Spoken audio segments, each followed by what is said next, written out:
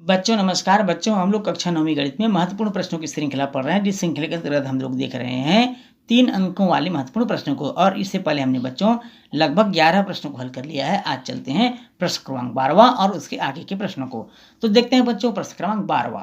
प्रश्न है वैदिक सूत्र से 106 का वर्ग ज्ञात कीजिए। ध्यान समझेंगे बच्चों, वैदिक सूत्र से 106 का वर्ग ज्ञात करना है, स्क्वायर ज्ञात करना है। तो 106 का वर्ग हम कैसे ज्ञात करेंगे बच्चों, ध्यान समझिएगा। 106 का वर्ग बराबर हो जाएगा 106। आप देख रहे हैं बच्चों 106 अगर आधार 100 माने तो ये 6 ज़्यादा है 100 से। कितना ज़्यादा है? 100 से 6 ज़्यादा है।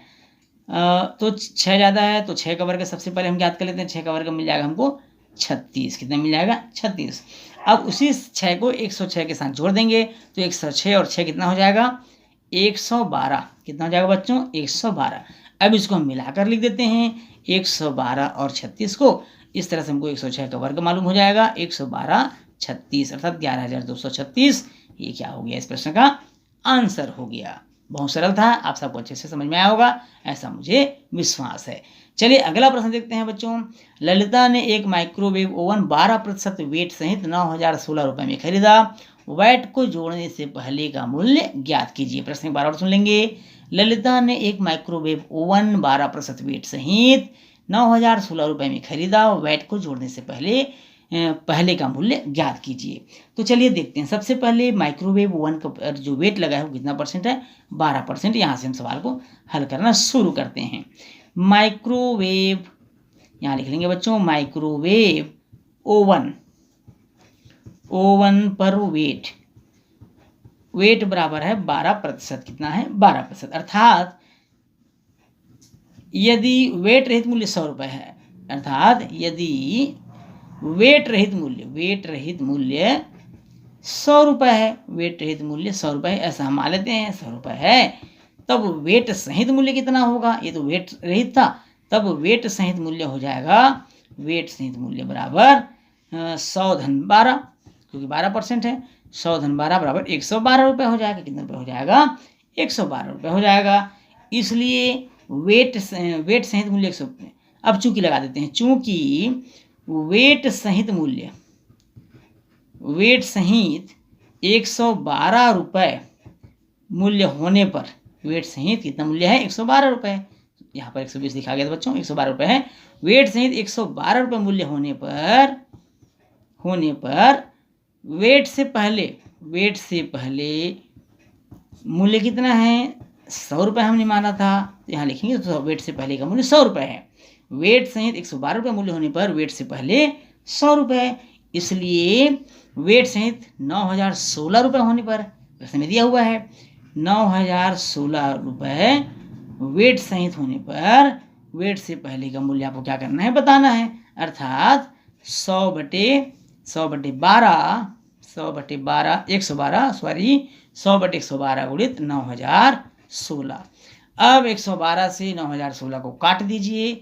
9,016 को 112 से काटेंगे और उसके बाद 100 से गुणा कर देंगे तो हमको प्राप्त हो जाएगा बच्चों 8,050। कितना प्राप्त हो जाएगा? 8,050। और ये हो जाएगा उस माइक्रोवेव का वेट को जोड़ने से पहले का मूल्य। अर्थात वेट को जोड़ने से पहले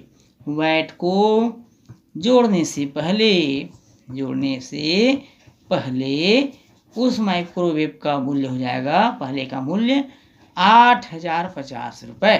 कितना हो जाएगा बच्चों? 8,050 रुपये, जो इस प्रश्न का आंसर होगा। तो इस तरह से आप इसको हल कर सकते हैं बड़े ही सरल तरीके से। अगला प्रश्न है cos 30 अंश धन sin 60 अंश पूरे का बटे 1 धन cos 60 अंश धन sin 30 अंश का मान ज्ञात कीजिए। अब यहाँ पर देखेंगे बच्चों, सारणी से हमको मान पता होना चाहिए। इससे पहले आपने काफ़ी सवाल हल कर लिया है। cos 30 का मान सारणी से क्या होगा? कड़ी 3/2 धन sin 60 का मान क्या होगा? सारणी से कड़ी 3/2 पूरे का बटे हो जाएगा 1 धन cos 60 का मान कितना होता है बच्चों? 1/2 होता है। sin 30 का मान होता है 1/2। अब यहाँ पर देखें कड़ी 3/2 समान राशि है और 2 बार आया है, अर्थात 2 कड़ी 3/2 हो जाएगा पूरे का बटे 1 में आधा जोड़ दीजिए, फिर आधा जोड़ दीजिए तो आधा 1 और 1 कितना होता है बच्चों? 2 होता है। ये ऊपर 2 और 2 कट गया, बचा क्या बच्चों, करनी 3/2। तो ये जो करनी 3/2 बचा है, ये इस प्रश्न का क्या होगा, आंसर होगा। अगला प्रश्न है, चित्र में POR, चित्र आप देख पा रहे हैं बच्चों स्क्रीन पर, कोण POR और कोण QOR रेखीय को निर्मित करते हैं। यदि x ऋण y बराबर 80 अंश हो तो x और y का मान ज्ञात कीजिए। यदि x ऋण y बराबर 80 अंश हो तो x और y का मान क्या करना है बच्चों, हमको ज्ञात करना है। तो चलिए देखते हैं, चित्र तो आपने स्क्रीन पर देख ही रहे हैं। कोण QOR और कोण POR, यहाँ पर देखते हैं दिया हुआ है कोण QOR बराबर x दिया हुआ है, उसी प्रकार कोण POR बराबर दिया हुआ है y। चूंकि दोनों रेखीय निर्मित करते हैं, इसलिए x धन y बराबर हो जाएगा 180 अंश सरल रेखीय में से। इसे हम मान लेते हैं समीकरण पहला। अब प्रश्न में दिया है बच्चों x ऋण y बराबर 80 अंश दिया हुआ प्रश्न में, तथा x ऋण y बराबर 80 अंश ये प्रश्न में हमको ज्ञात है। ये इस तरह से हमको 2 समीकरण प्राप्त हो गया। दोनों समीकरणों को जोड़ने पर, दोनों समीकरणों को हम जोड़ देते हैं, तो जोड़ने से x और x हो जाएगा 2x, y plus minus cut गया बच्चों, 180 में 80 जोड़ दीजिए तो ये हो जाएगा 260। कितना हो जाएगा, 260। x बराबर 260 को 2 से भाग कर दीजिए, 2 एकम 2, 2 तिया 6, 2 शून्य 0, 130 अंश प्राप्त हो गया। कितना प्राप्त हो गया, 130 अंश, x बराबर 130 अंश प्राप्त हो गया समीकरण पहला से। समीकरण पहला में हम x का मान रख देते हैं, अर्थात 130 अंश x का मान हमने रख दिया, धन y बराबर 180 अंश। 180 में 130 हम माइनस कर देते हैं, तब हमको प्राप्त हो जाएगा बच्चों 50 अंश। कितना मिल जाएगा, 50 अंश, जो इस प्रश्न का क्या होगा, उत्तर होगा। अर्थात x बराबर हमको क्या मिल गया, x बराबर 130 अंश और y बराबर 50 अंश। तो इस तरह से हमने दोनों मान ज्ञात कर लिया है। चलिए देखते हैं बच्चों अगला प्रश्न। अगला प्रश्न है, नीचे दिए गए आंकड़ों से आयतचित्रम आवृत्ति बहुभुज खींचें। खर्च रुपए में दिया हुआ है एक तरफ और दूसरी तरफ दिया है श्रमिकों की संख्या। खर्च रुपए में 200 से 250 रुपए, 250 से 300 रुपए, 300 से 350 रुपए, 350 से 400 रुपए और 400 से 450 रुपए। उसी प्रकार बच्चों श्रमिकों की संख्या दिया हुआ है 25, 40, 33, 28 और 30। इससे हमको ज्ञात क्या करना है, आयतचित्र और आवृत्ति बहुभुज बनाना है। इसके लिए भी आपको एक ग्राफ पेपर की आवश्यकता पड़ेगी।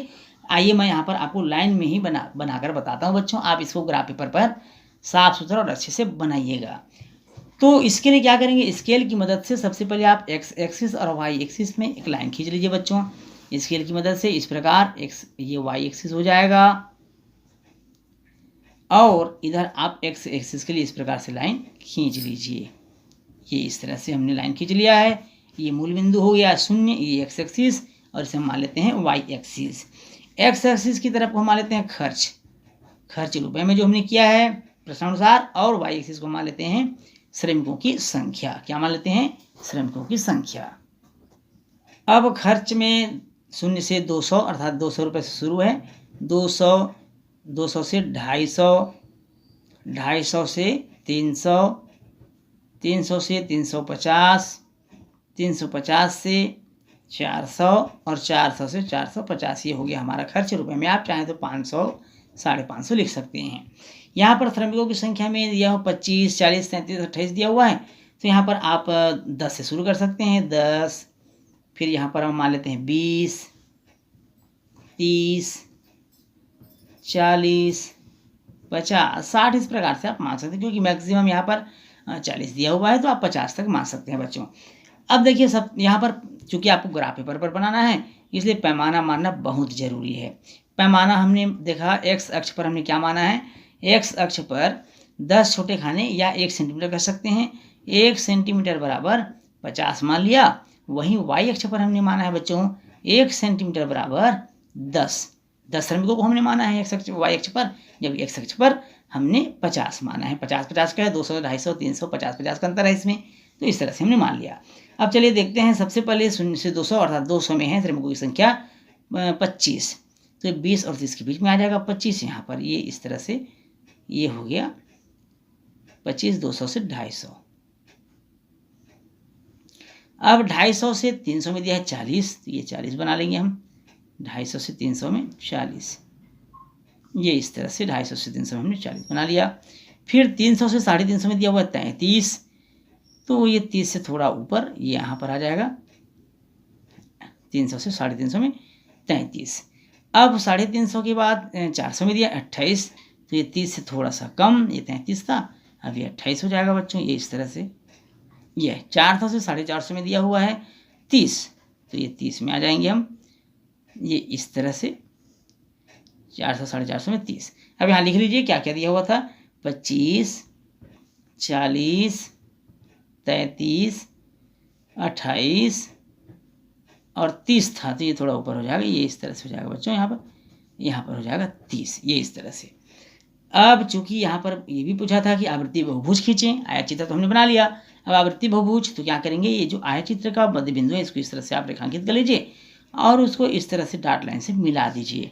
इस तरह से डॉटेड लाइन से हमने उसको क्या कर दिया, मिला दिया, ये इस तरह से। तो ये जो डॉटेड लाइन से मिलाए हैं वो आवृत्ति बहुभुज कहलाएगा और ये जो बना हुआ है बॉक्स ये कहलाएगा आयत चित्र। तो इस तरह से आप बहुत अच्छे से ग्राफ पेपर पर साफ सुथरा बना सकते हैं। यदि परीक्षा में यह प्रश्न पूछा जाता है बच्चों और ग्राफ पेपर आपको दिया जाता है तो आपको ग्राफ पेपर में ही बनाना है। यदि ग्राफ पेपर नहीं मिलता है उस कंडीशन में आपको इस तरह से स्केल की मदद से आपको लाइन में भी आपको बनाना है। बच्चों इस प्रश्न के साथ ही आज की क्लास हम यही समाप्त करते हैं। वीडियो अच्छा लगे तो वीडियो को लाइक और शेयर करिएगा। यदि आप चैनल में नए तो चैनल को सब्सक्राइब करना बिल्कुल नहीं भूलिएगा। बच्चों अगले भाग में फिर आपसे मुलाकात होगी नए प्रश्नों के साथ, महत्वपूर्ण प्रश्नों के साथ। तब तक के लिए नमस्कार।